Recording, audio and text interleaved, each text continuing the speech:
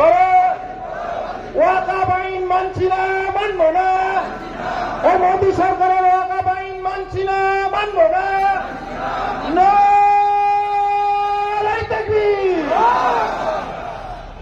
সমস্ত প্রশংসা আল্লাহর, সেই আল্লাহ যিনি সমগ্র সৃষ্টি করেছেন, যিনি মানুষকে তার ট্যাক্স দিতে হতো না, খাজনা দিতে হতো না, একে লাখরাজ বলা হয়।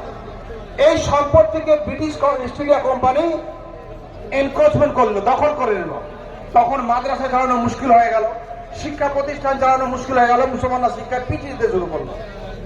3 নম্বর ফার্সি ছিল রাজভাষা, সরকারি ভাষা, তার জায়গায় ইংরেজিকে আনা হলো। মুসলমানরা চাকরি বাকরি করতো, কাজীরা বসে সেখানে আপনার কাজ করতো আদালতে, চাকরিচ্যুত হয়ে গেল, যেহেতু মুসলমানরা তখন ইংরেজি শিক্ষায় তারা সরবরাহ হতে পারেন। আজকে ওয়াকফ সংশোধনী বিল, ওয়াকফ তারমিম বিল 2024, এটা মুসলমানদের অর্থনীতি শুধু নয়, মুসলমানদেরকে এডুকেশন শিক্ষা ব্যবস্থার ক্ষেত্রে মুসলমানরা নিজেরা ওয়াকফ প্রপার্টির মাধ্যমে যা কিছু চালাচ্ছে, এগুলো থেকে পিছিয়ে দেওয়ার এটা একটা প্রয়াস। কমিউনাল ফ্যাসিস্ট ফোর্স সাম্প্রদায়িক শক্তি দীর্ঘদিন ধরে রিসার্চ করেছে, গবেষণা করেছে।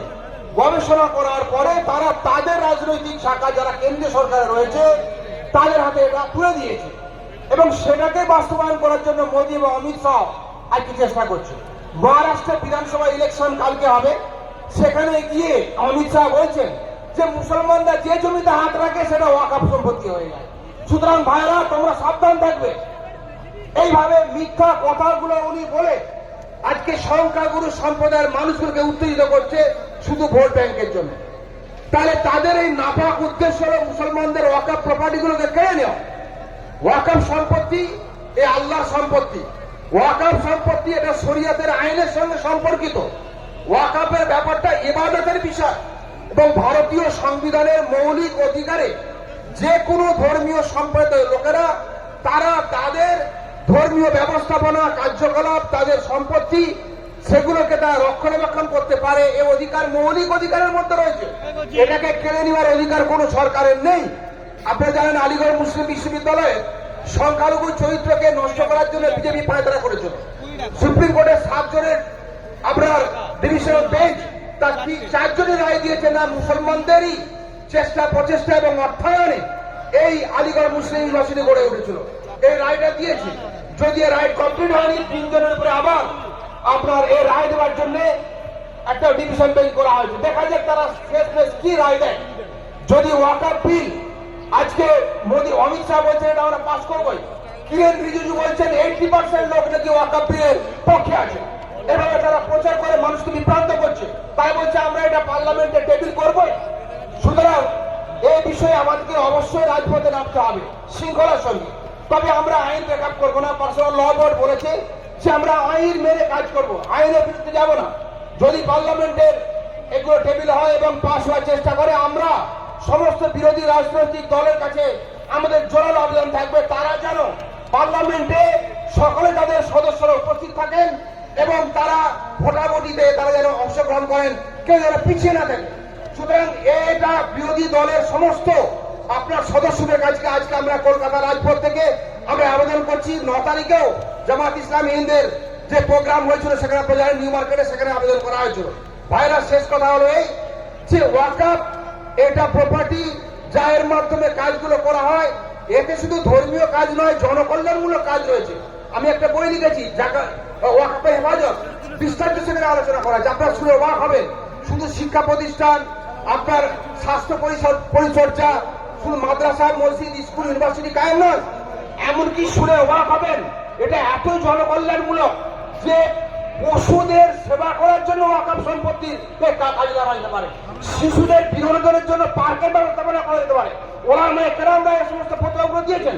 সুতরাং এই জনকল্যাণমূলক কাজকে যা আমরা ওয়াকফ প্রপার্টির মাধ্যমে যতটুকু করছি, তাকে যে নস্যাৎ করার পায়তারা করছে, এর বিরুদ্ধে সেকুলার, ধর্মনিরপেক্ষ, গণতান্ত্রিক যারা মানুষ, গণতন্ত্র প্রিয় মানুষ, তাদের সঙ্গে আমাদের সুশীল সমাজের সঙ্গে মিলেমিশে, অমুসলমান মুসলমানদের সঙ্গে আমাদের মিলেমিশে কাজ করতে হবে। ওয়াকফ প্রপার্টি জোর করে দখল করার কারো ব্যাপার নয়, এটা মুসলমানদেরকে বোঝাতে হবে।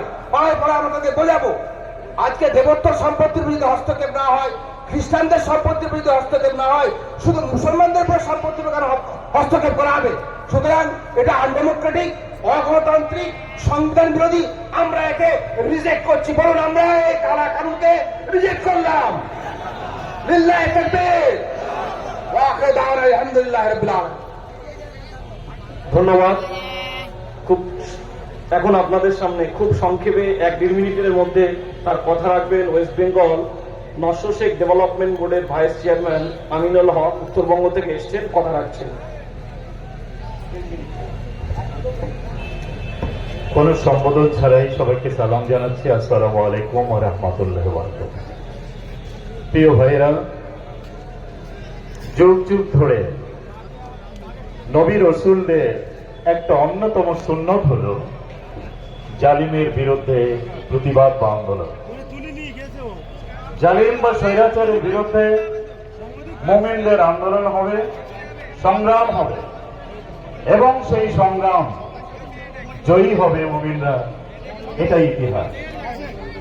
আমরা বড় জালিম দেখেছি নমরুদ, সে একটা পা ভাঙা মশার কাছে হার মেনেছিল। বড় জালিম দেখেছিলাম ফেরাউনকে, আল্লাহ রাব্বুল আলামিন তাকে নীল নদের মধ্যে তার 14 গোষ্ঠী সহ ডুবি মেরেছে। তার লাশ মিশরের মিউজিয়ামে। আবু লাহাব, আবু সুফিয়ান, আবু জাহেলদেরকেও দেখেছে, তারা হার মানতে বাধ্য হয়েছে।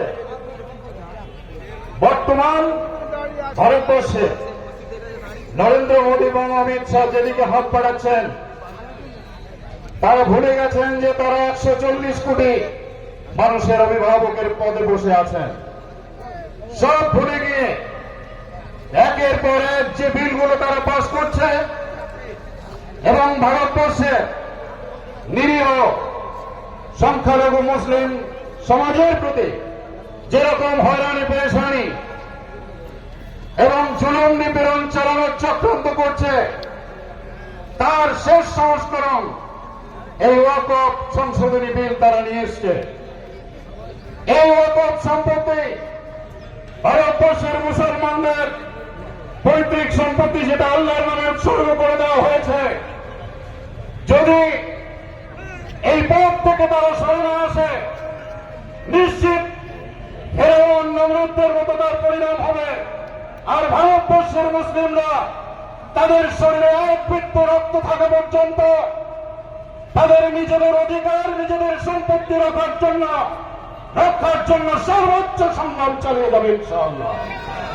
আমার বিশ্বাস, এই 40 কোটি মুসলমানের পৈতৃক সম্পত্তি তথা ওয়াকফ সম্পত্তিকে করায়ত্ত করা, বেইনসাফি করা, অধিকার নেওয়া ক্ষমতা নরেন্দ্র মোদী এবং অমিত শাহের নেই। এই আন্দোলন আমরা জয়ী হবই ইনশাআল্লাহ। প্রিয় ভাইয়া, সবাইকে সংগ্রামী অভিনন্দন এবং শুভেচ্ছা জানিয়ে আমি আমার সংক্ষিপ্ত বক্তব্য শেষ করলাম। আসসালামু আলাইকুম ওয়া রাহমাতুল্লাহি ওয়া বারাকাতুহু। মোহাম্মদ ইসরাফিল, গাবতলা মসজিদের ইমাম সাহেব, আপনাকে বাড়ি যেতে হবে, দ্রুত বাড়ি চলে যান। ইতিমধ্যে আমাদের মঞ্চে অনেক গুণীজন এসছেন। জনাব রইসুদ্দিন সাহেব, অল ইন্ডিয়া মুসলিম পার্সোনাল ল বোর্ডের মেম্বার, মুরব্বী, আমাদের অভিভাবক, তিনি এসছেন। জনাব নুরুদ্দিন সাহেব, প্রাক্তন আমিরে হালকা, তিনি আছেন। মাদ্রাসা শিক্ষক ও শিক্ষাকর্মী সমিতির দায়িত্বশীল ভাইয়েরা, তারা আছেন। সকলকে আমরা ধন্যবাদ জানাচ্ছি। এখন আপনাদের সামনে বক্তব্য রাখবেন আমাদের অত্যন্ত আপনজন, বাংলার কণ্ঠ, আলেমে দ্বীন, জনাব মুফতি হযরত মাওলানা আব্দুল কাইয়ুম সাহেব। হুজুর এখন আপনাদের সামনে বক্তব্য রাখছেন। পীর সাহেব শেষে দোয়া করবেন। আমরা দোয়া নিয়েই তবেই এই ময়দান ছাড়বো ইনশাআল্লাহ।